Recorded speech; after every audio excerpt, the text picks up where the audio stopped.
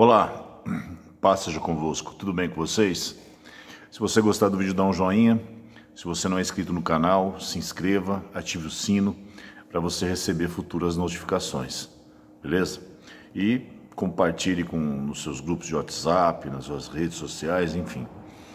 Bom, há um texto que está em Êxodo, capítulo 14, verso 9, diz assim: perseguiram-nos os egípcios, todos os cavalos e carros de Faraó, e os seus cavalarianos, e o seu exército, e os alcançaram acampados junto ao mar, perto de Pi-Hairote, de fronte a Baal-Zefon.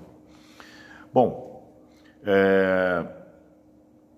se você não sabe, Pi-Hairote quer dizer beco sem saída. Muitas vezes nós nos sentimos em determinados momentos da nossa vida que a impressão que a gente tem é que a gente já está justamente num beco sem saída.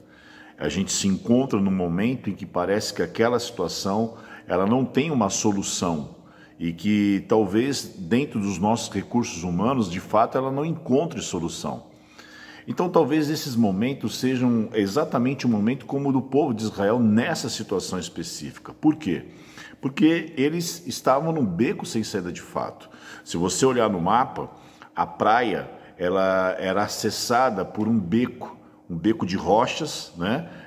Em que o povo passou pelo meio para acessar essa praia.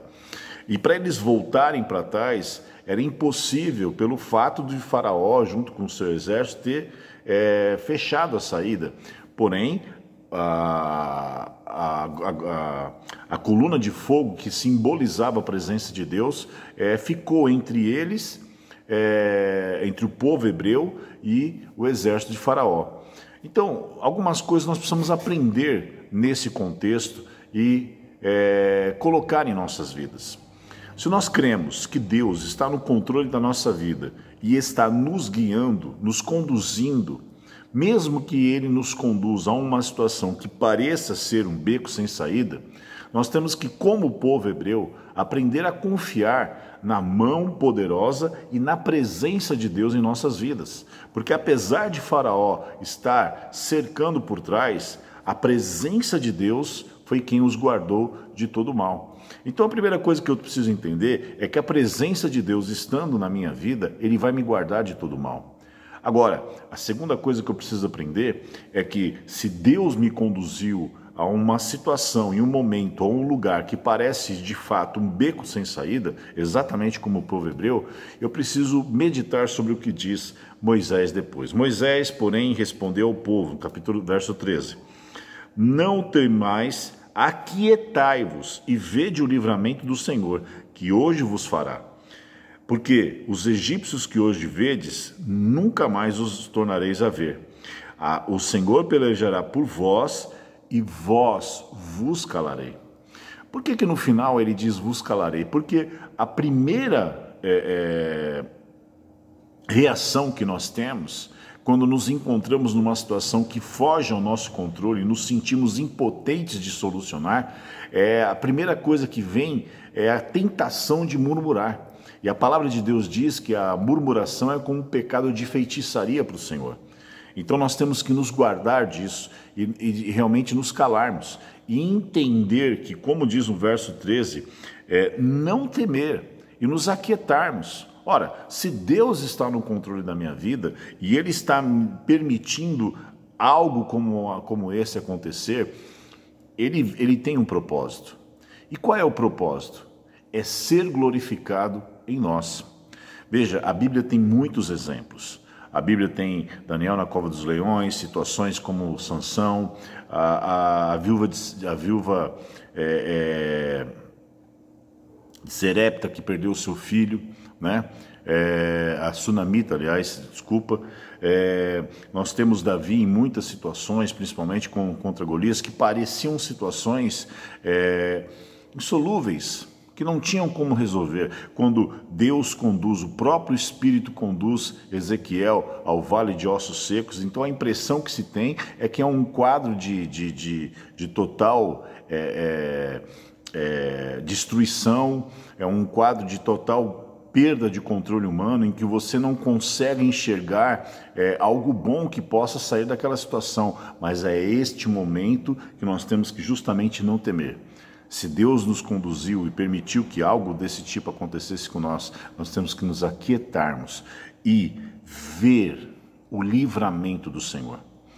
Se o Senhor te conduziu e permitiu ir até uma situação que te pareça insolúvel, creia, Deus manifestará o seu livramento em sua vida. Por quê? Porque Deus tem um claro propósito de ser glorificado no seu povo. Então, como diz o outro texto, povo meu, Deus, ele muitas vezes ele está nos chamando a atenção. Ele muitas vezes, eu costumo dizer que tem momentos que ele tira as nossas muletas e ele diz, e agora, você vai fazer o quê? Então é nessa hora que você precisa depender do Senhor. É nessa hora que você precisa entender que Ele está pronto para agir. Porque aí fugiram os recursos humanos, fugiram a sua capacidade intelectual, fugiu a sua capacidade de solucionar problemas. E agora somente Deus pode solucionar esse problema. Talvez seja uma situação de crise na sua empresa, um problema de um diagnóstico de uma enfermidade, enfim, várias situações que talvez você fale assim, poxa, eu me sinto num beco sem saída, mas possa ter certeza, talvez esse seja o seu pirrarote, mas este é o lugar onde a glória de Deus se manifestará. Por quê? Porque na sequência, Deus manda Moisés tocar o mar se abre, o povo passa em terra seca e automaticamente, quando o exército de Faraó tenta alcançar o povo hebreu, ele é consumido no meio do mar e a promessa que Deus havia feito através de Moisés, ela se cumpre posteriormente, porque eles foram todos consumidos pelo poder de Deus. Então, creia numa coisa, o Deus que abre mar é o Deus que tem poder de agir na minha e na sua vida. O Deus que manifestou a glória dele no povo hebreu é o mesmo Deus das nossas vidas. O Deus de Abraão, de Isaac e Jacó é o Deus que nós pertencemos. E é o Deus que nós cremos. E é o Deus que continua operando hoje. Por quê? Hebreus 13:8 diz assim, Ele é o mesmo ontem, Ele é o mesmo hoje e será eternamente. Creia nisso. Medite sobre isso. E viva em cima dessa realidade na sua vida. Em nome de Jesus. Deus abençoe você.